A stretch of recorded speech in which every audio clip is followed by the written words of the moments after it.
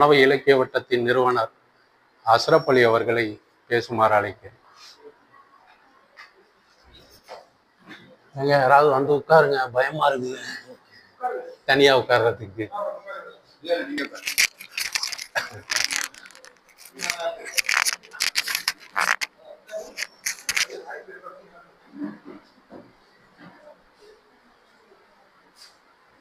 எங்கள் வாழ்வும் எங்கள் வளமும் மங்காத தமிழென்று சங்கே முழங்கும். இந்த அருமையான மாலை பொழுதிலே நமது மனவ இலக்கிய வட்டத்தின் பிப்ரவரி மாத சிறப்பு விழா கருத்தரங்கமாக நடந்து கொண்டிருக்கிறது. இந்த விழாவிற்கு தலைவராக வந்திருக்கக்கூடிய அருமை நண்பர் பாலஜோதி ராமச்சந்திரன் ஐயா அவர்களே, நமது மனவை விளக்கும் இலக்கிய வட்டத்தின் அனைத்து நிர்வாகிகளே, இந்த அரங்கத்தை நமக்கு ஏற்பாடு செய்து தந்திருக்கக்கூடிய அருமை சகோதரி கவிஞர் எழுத்தாளர் மாறன் மகா அவர்களே, மற்றும் இனிய நண்பர்களே, உங்கள் அனைவருக்கும் எனது வணக்கங்கள்.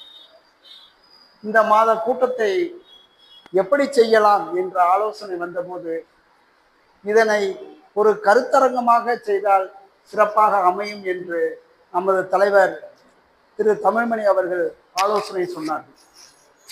அப்போது ஒரு நல்ல கருத்தாக இது எடுத்துக்கொள்ளப்பட்டது. அது எப்படிப்பட்ட கருத்தரங்கமாக இருக்கலாம் என்றால், இன்றைய தினமானது தாய்மொழி தினமாக கொண்டாடப்படுகிறது. இந்த தாய்மொழி தினத்திலே பல இலக்கியங்களை பற்றி பேசலாம். எந்தெந்த தாய்மொழிகள் எப்படி இலக்கியங்கள் தருகின்றன என்பது பற்றியெல்லாம் ஏற்கனவே நாம் நேரடியாக பேசினோம். அதில் நான் சிறப்பாக தேர்ந்தெடுத்து கொண்டது மலையாளம் பற்றி பேசலாம் என்பதற்காக. ஏனென்றால் தமிழுக்கு இங்கே தருவதற்கு நிறைய நம்மளுடைய எழுத்தாளர்கள் இருக்கிறார்கள். ஏனென்றால் தமிழானது மிகுந்த வயதான ஒன்று. தொடக்க காலத்திலிருந்தே இந்த உலகத்திற்கு தொல்காப்பியத்தில் தொடங்கி இன்று வரை வரக்கூடிய இலக்கியங்கள் வரை ஏராளமான இலக்கியங்களை நமது தாய்மொழி தந்து கொண்டிருக்கிறது. மற்ற மொழிகள் எப்படி இருக்கிறது என்று பார்க்க வேண்டியது நமக்கு ஒரு ஆர்வமாக இருக்கலாம். கன்னடம் எப்படி இருக்கிறது என்பதை தமிழ்மணி இங்கு அழகாக சொன்னார். இன்னும் தெலுங்கு, மற்ற மொழிகள் பற்றி, ரஷ்யா, பிரெஞ்சு, இது பற்றியெல்லாம் சொல்வதற்கு நம்முடைய தோழர்கள் தயாராக இருக்கிறார். நான் மலையாளத்தை ஏன் தேர்ந்தெடுத்து கொண்டேன் என்றால், மலையாளம் ஒரு ஒரிஜினலான ஒரு மொழியாக இருந்திருக்குமா என்பது நிறைய சந்தேகம் இருக்கிறது.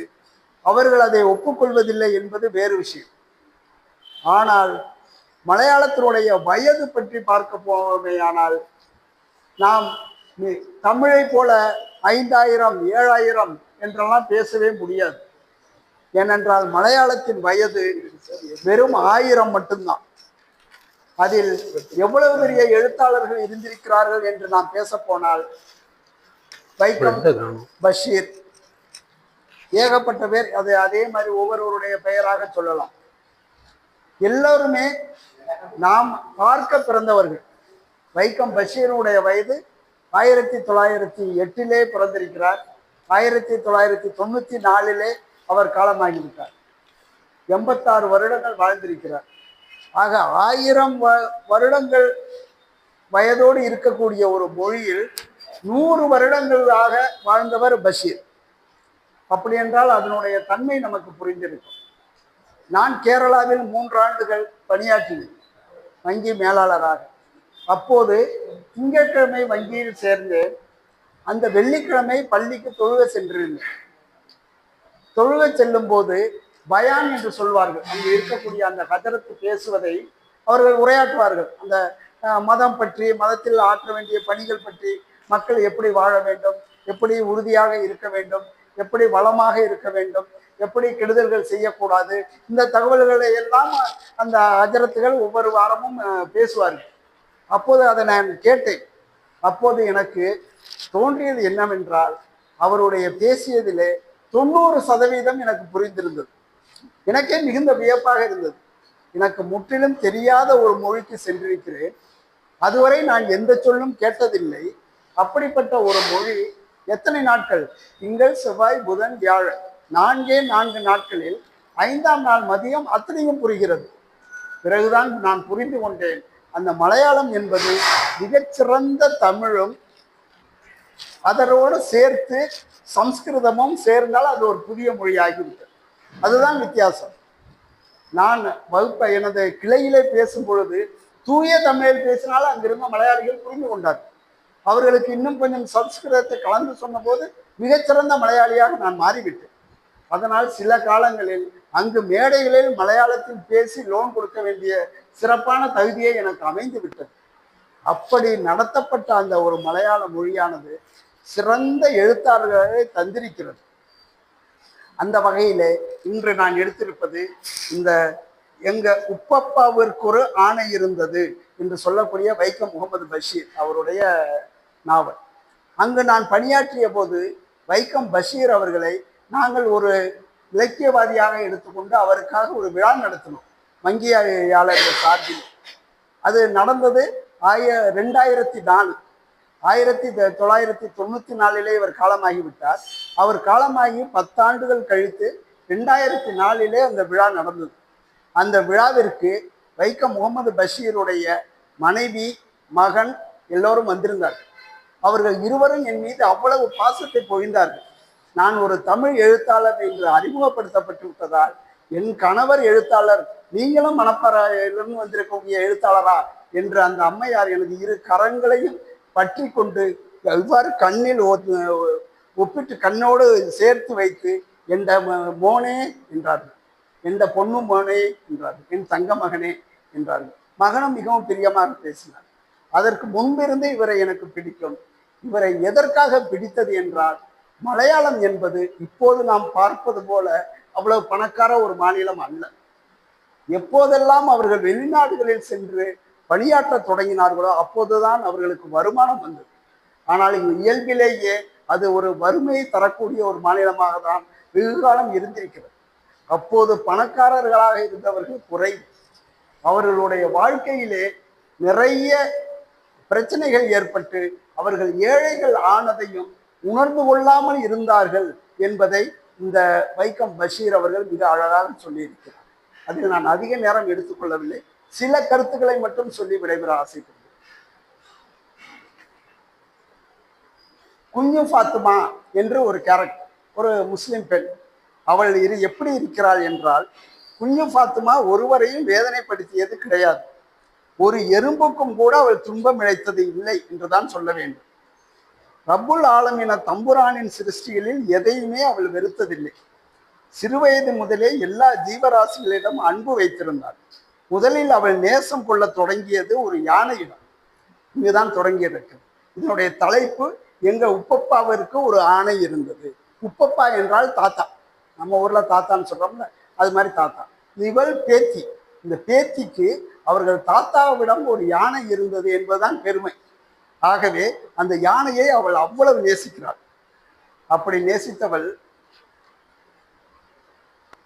நமது உடலிலே அவளுக்கு இருக்கக்கூடிய ஒரு மச்சத்தின் நிறம் என்று கேட்கிறார். அதற்கு தாயார் கேட்கிறார், மச்சத்தின் நிறம் என்ன என்று. கருப்பு என்று இவள் பதில் சொல்கிறார். கருப்பு என்று சொல்லிவிட்டு சிரிக்கிறார். மிகுந்த மகிழ்ச்சியோடு சிரிக்கிறார். எதற்காக இவ்வளவு மகிழ்ச்சி என்று கேட்டால், அந்த கருப்பு எங்கள் உப்பப்பாவின் யானையின் நிறம் என்று சொல்கிறார். ஆக யானையின் நிறம் கருப்பாக இருந்த காரணத்தால் இவளும் அவளை பெருமை பெறுகிறாள் என்பதை இந்த ஆசிரியர் அவ்வளவு அழகாக சொல்லியிருக்கிறார். அடுத்தபடியாக குஞ்சு ஃபாத்துமாவின் திருமணத்திற்கான ஏற்பாடுகள் ஜரூராக நடந்து கொண்டிருக்கும். அந்த காலத்தில் அவள் 2 செய்திகளை கேள்விப்படுகிறாள். உப்பப்பாவின் அந்த பெரிய கும்பானை 6 பேரை கொன்றிருக்கிறது. இதில் அவளுக்கு வருத்தமும் தோன்றியது, யானையின் மீது கோபமும் தோன்றியது. அவர்கள் தாத்தாவிற்கு இருந்த யானை அந்த அவர்களுடைய குடும்பங்களை காலி செய்து கொண்டிருக்கிறது என்று தெரிந்து அவ்வளவு வேதனைப்படுகிறார். அடுத்தபடியாக இப்படியாக குஞ்சு ஃபாத்துமா கனவுகளோட தனது 21வது வயதுக்கு வந்து சேர்ந்தார். அன்பு நண்பர்களே, அவ்வளவு பணக்கார வீட்டு பெண். ஆனால் அவள் 23 வயதாகிவிட்டது. ஆனால் திருமணம் நடக்கவில்லை. ஏன் 23 வயது வரை திருமணம் நடக்கவில்லை என்றால், அவர் தந்தை ஒரு வழக்கில் ஈடுபட்டு சொத்துக்கள் பறிபோய்விட்டன. அது அவருக்கு தெரியவே இல்லை, அவர் அறியவே இல்லை. குடும்பம் ஏழையாகிவிட்டது. ஆனால் பெண்ணுக்கு 23 வயதாகிவிட்டது. அவள் இன்னும் தன்னுடைய கனவுகள் எல்லாம் யானையை வளர்த்தவருடைய பேத்தி என்றார். அப்படி வாழ்ந்து கொண்டிருக்கிறார். ஒரு கட்டத்திலே இவ்வாறு சொல்லிக்கொண்டே இருக்கிறாள், ஒரு யானையின் பேத்தி, யானை வைத்து வளர்த்த முதலாளியின் பேத்தி என்றே சொல்லிக் கொண்டிருக்கிறார். அன்பு நண்பர்களே, எல்லாம் புரிந்து விட்டது. பிறகு அந்த ஊரிலேயே ஒரு மிகச்சிறந்த நன்மைகள் செய்யக்கூடிய ஒருவர் வந்து இந்த பெண்ணை கல்யாணம் செய்து கொள்ள சம்மதித்து விடுகிறார். அப்போதுதான் தெரிகிறது, அந்த யானையானது உண்மையிலேயே யானையாக இருந்தவில்லை. அது எப்படி இருந்தது என்றால், உனக்கு உப்பப்பாவுக்கே பெரிய கும்பானே குழி யானையாம் உள்ளே குழி யானையாம். குழி யானை என்றால் அந்த கிராமத்திலே இருக்கக்கூடிய மண்ணிலே இருக்கக்கூடிய ஒரு பூச்சி. அந்த பூச்சியை பற்றி தான் கொம்பன் யானை என்று அவ்வளவு காலமாக கூறி வந்தார்கள். அது இயல்பே இல்லை என்பதை கடைசியில் 100வது பக்கத்திலே ஆசிரியர் விவரிக்கின்றார். அத்தகைய ஒரு தன்மையான ஒரு கதையை சொல்லியிருக்கக்கூடிய இந்த மலையாளத்தை போற்றி உங்களிடந்து விடைபெறுகிறேன். நன்றி. இல்ல பரவாயில்ல. மடவை இலக்கிய வட்டத்தின் நிறுவனர் எங்கள் உப்பப்பாவிற்கு ஒரு ஆணை இருந்தது. வைக்கம் முகமது பஷீர் எழுதிய நாவலை திறம்பட பேசினார். இவர்கிட்ட இப்ப நான் கவனிச்ச ஒரு விஷயம் என்னன்னா, அடிக்கடி சென்னை இலக்கிய விழாவுகளுக்கு நான் பயணிப்பேன். நான் அங்கெல்லாம் மேற்கோள் காட்டும் போது புக்கை எடுத்து அவசரமா புரட்டிக்கிட்டே இருப்பாங்க. ஒரு 2 நிமிஷம் 3, அவங்களுக்கு கொடுத்துருக்கிறதே 10 நிமிஷம் இருக்கும். புரட்டிக்கிட்டே இருப்பாங்க. அதுல ஓடினா இங்க இருக்கு அங்க இருக்கு அப்படின்னு பக்கங்களை தேடிட்டு இருப்பாங்க. ஆனா தலைவர் நிறுவனர் அந்த நாவலை எடுத்து அந்த பக்கங்கள் என்ன மேற்கோள் காட்டணும் அப்படின்னு சொல்லி ஒவ்வொரு பின் பண்ணியிருக்காரு. புக்குக்கும் நோகாம ஒட்டல, பின் பண்ணி அந்த ஒரு ஒழுங்கை நான் இன்னைக்கு கத்துக்கிட்டேன். மேற்கோள் காட்டணும்னா இப்படி பண்ணிக்கலாம் அப்படிங்கிற அந்த ஒரு விஷயம்